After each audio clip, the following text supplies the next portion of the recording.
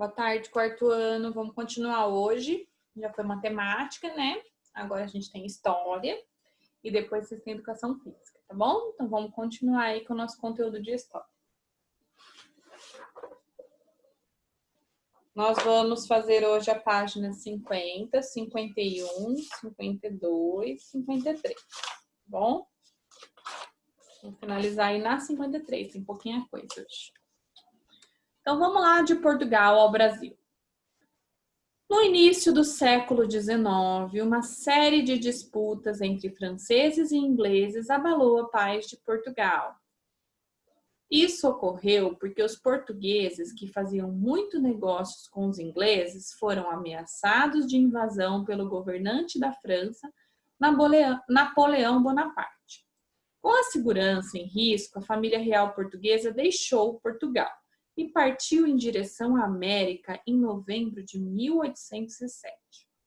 Eles foram acompanhados por nobres que faziam parte da corte de Dom João, então príncipe regente. Então, corte significa as pessoas do convívio do rei e regente era a pessoa que estava governando, tá bom?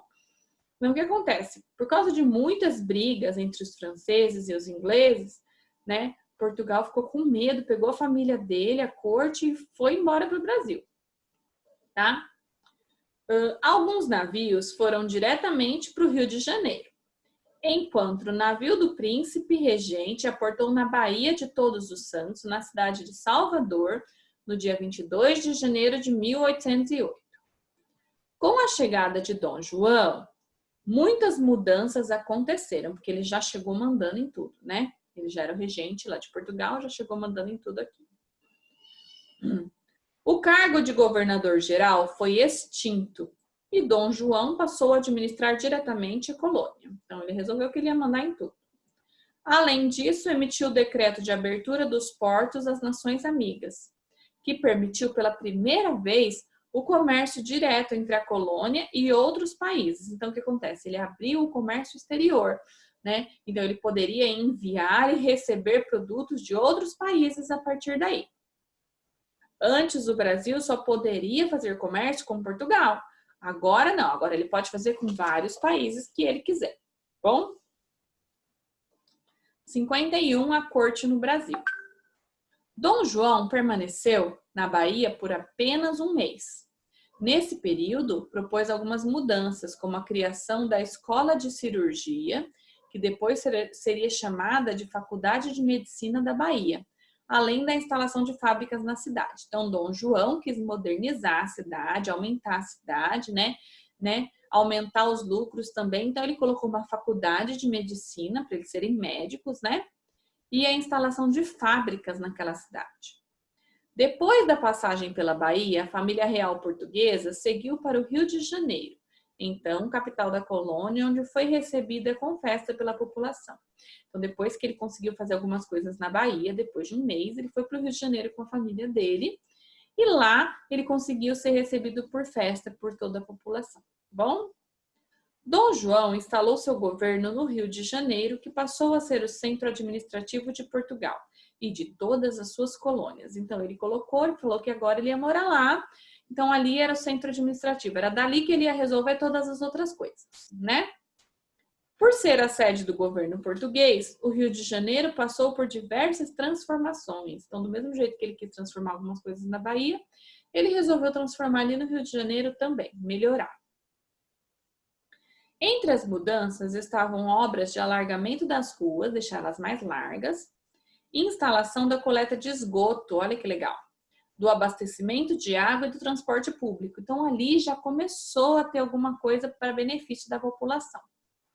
Também foram criados vários estabelecimentos, como o Banco do Brasil, a Academia Militar e de Marinha, o Horto Municipal, que hoje é o Jardim Botânico, a Real Biblioteca e a Imprensa Régia, responsável por publicar a Gazeta do Rio de Janeiro, que era o jornal, tá?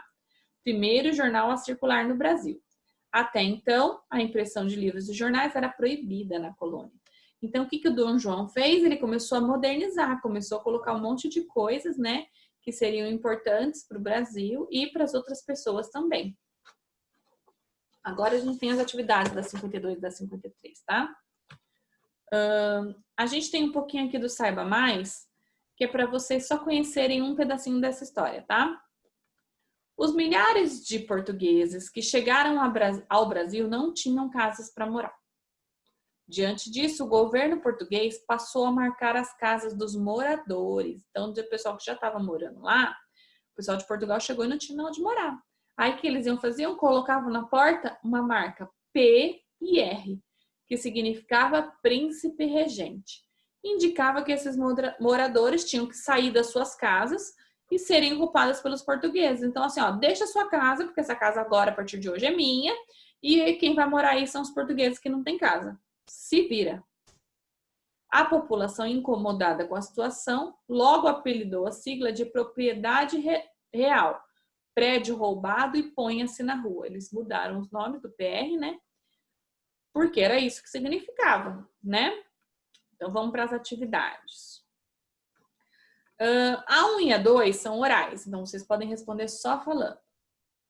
Qual foi a principal causa da vinda da família real portuguesa para o Brasil?